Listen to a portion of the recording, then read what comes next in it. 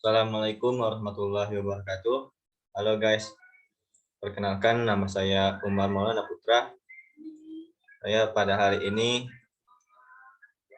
ingin menjelaskan materi tentang ilmu pengetahuan bumi antariksa, yakni tentang teori pembentukan alam semesta. Sebelum masuk ke dalam materinya, saya ingin bertanya kepada kalian semua, apakah kalian mengetahui apa yang dimaksud tentang tata surya? Tata surya adalah suatu kesatuan yang terdiri dari matahari sebagai pusatnya dan dikelilingi oleh planet, bulan, meteor, komet, dan benda langit lainnya yang terus bergerak. Dalam tata surya, matahari menjadi satu-satunya benda langit yang bisa memancarkan cahayanya sendiri, sementara planet-planet lainnya hanya bisa memantulkan cahaya tersebut. Oke.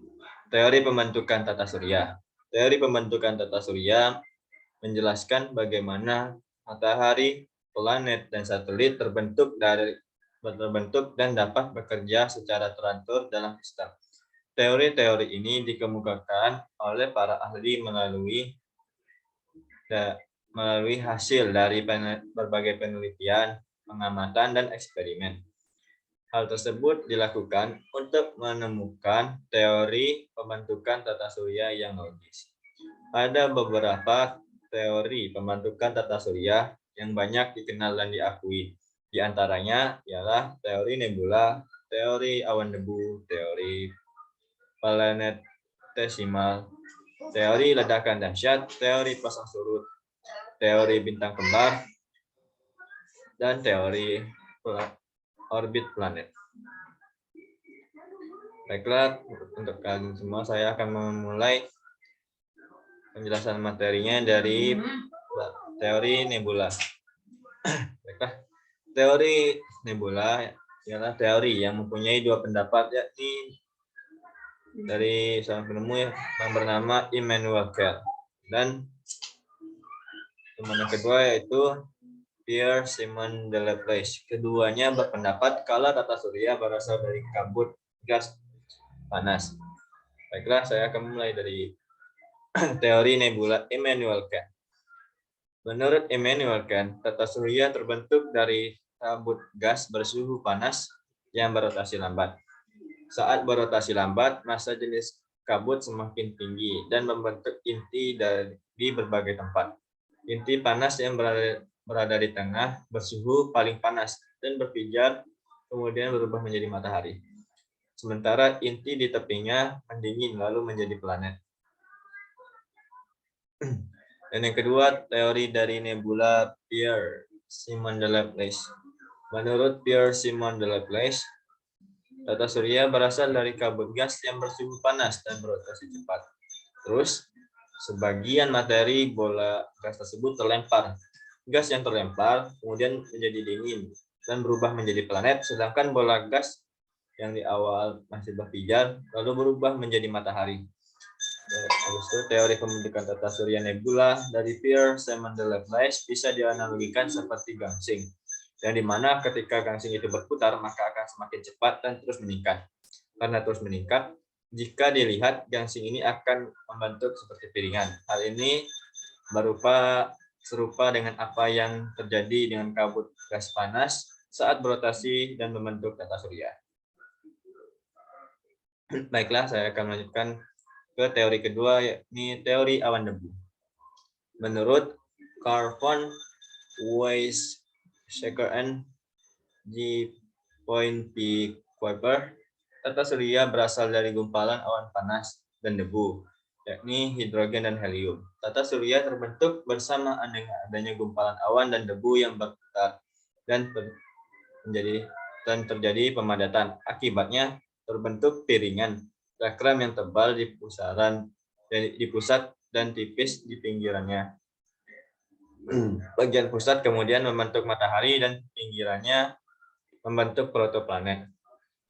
Untuk memudahkan pemahaman kalian, kita bisa memberi penjelasan kalau teori pembentukan tata surya ini bisa dianalogikan seperti bola salju yang bergerak melalui badai salju. yang tumbuh lebih besar saat bertemu lebih banyak kepingan salju. Dalam hal ini, bola salju berperan sebagai gumpalan awan gas dan kepingan salju adalah debunya. Baiklah, selanjutnya yaitu perbedaan teori pembentukan tata surya nebula dan awan debu.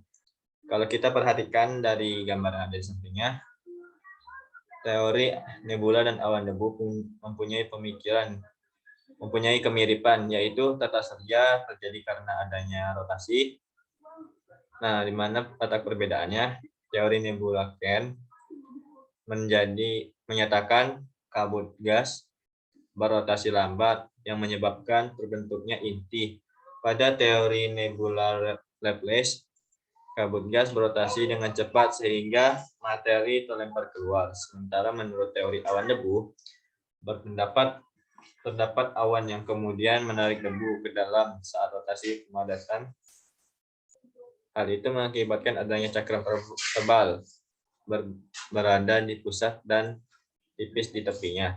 Dan teori pembentukan tata surya yang ada di sini, teori kabut nebula ini menjelaskan tentang gas padat jadi dingin dan rotasinya lambat. Dan menurut Pierre Laplace, gasnya panas, rotasinya cepat. Dan untuk teori kabut Immanuel Kant, suhu meningkat, volume membesar pada pembentukan matahari, volume membesar dan semakin cepat. Sedangkan menurut Pierre-Simon de Laplace, suhunya menurun, volume menyusut, dan semakin cepat rotasinya. Dan jika diperhatikan lagi di Immanuel Kant, piringan cakramnya dia akan membentuk piringan cakram pusat yang kabut-kabut tersebut berubah menjadi piringan cakram. Dan di tengah ini menjadi matahari, sedangkan di luarnya menjadi planet gumpalan-gumpalan ini tadi. Sedangkan menurut Pierre-Simon de Laplace, sama seperti Immanuel Kant pada bagian pertamanya, yakni kabut-kabut tersebut berubah menjadi piringan cakram, di tengahnya menjadi matahari dan luarnya menjadi planet. Sedangkan kelemahan pada kedua materi ini ialah penjelasan terkait perubahan pemberatan.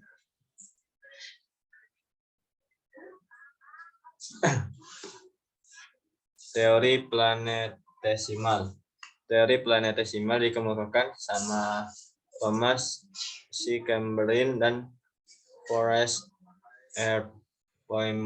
Moulton. Menurut keduanya, planet yang ada sekarang berasal dari matahari. Hipotesis ini didasarkan pada gagasan bahwa sebuah bintang melintas cukup dekat dengan matahari dan terjadi gaya tarik-menarik. Gas yang ada di tepian matahari ini tertarik kemudian mendingin, sementara gas matahari yang berhamburan akan tertarik dan menggumpal kemudian membentuk planet. Teori pasang surut.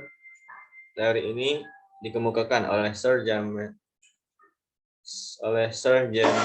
Jeans dan Harold De Vries.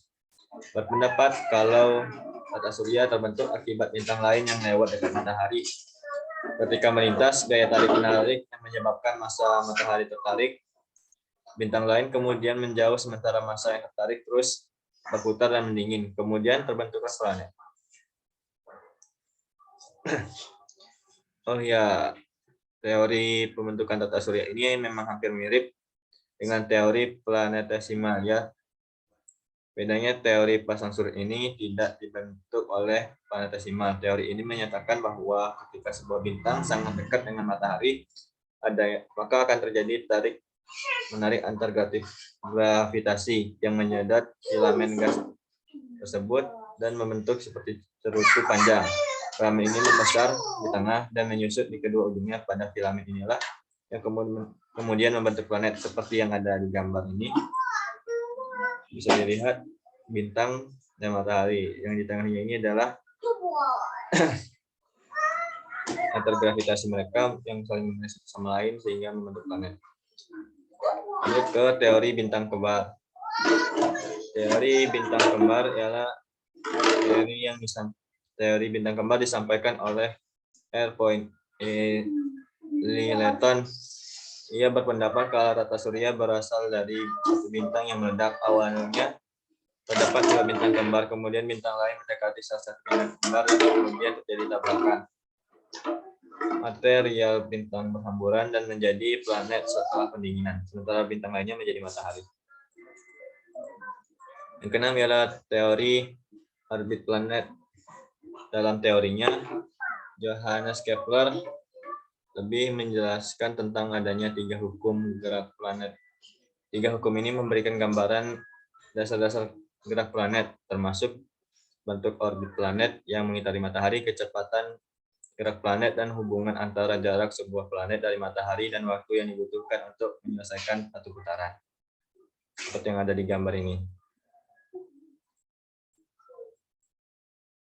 Baiklah, ini adalah hukum-hukumnya. Hukum pertama dari hukum orbit planet adalah setiap planet bergerak dalam lintasan elips dengan matahari di salah satu fokusnya. Dan hukum yang kedua ialah luas daerah yang dilewati pada waktu yang sama akan selalu sama. Dan hukum yang ketiga ialah periode kuadrat suatu planet berbanding dengan pangkat 3 jarak rata-rata matahari. Sekian, terima kasih. Wassalamualaikum warahmatullahi wabarakatuh.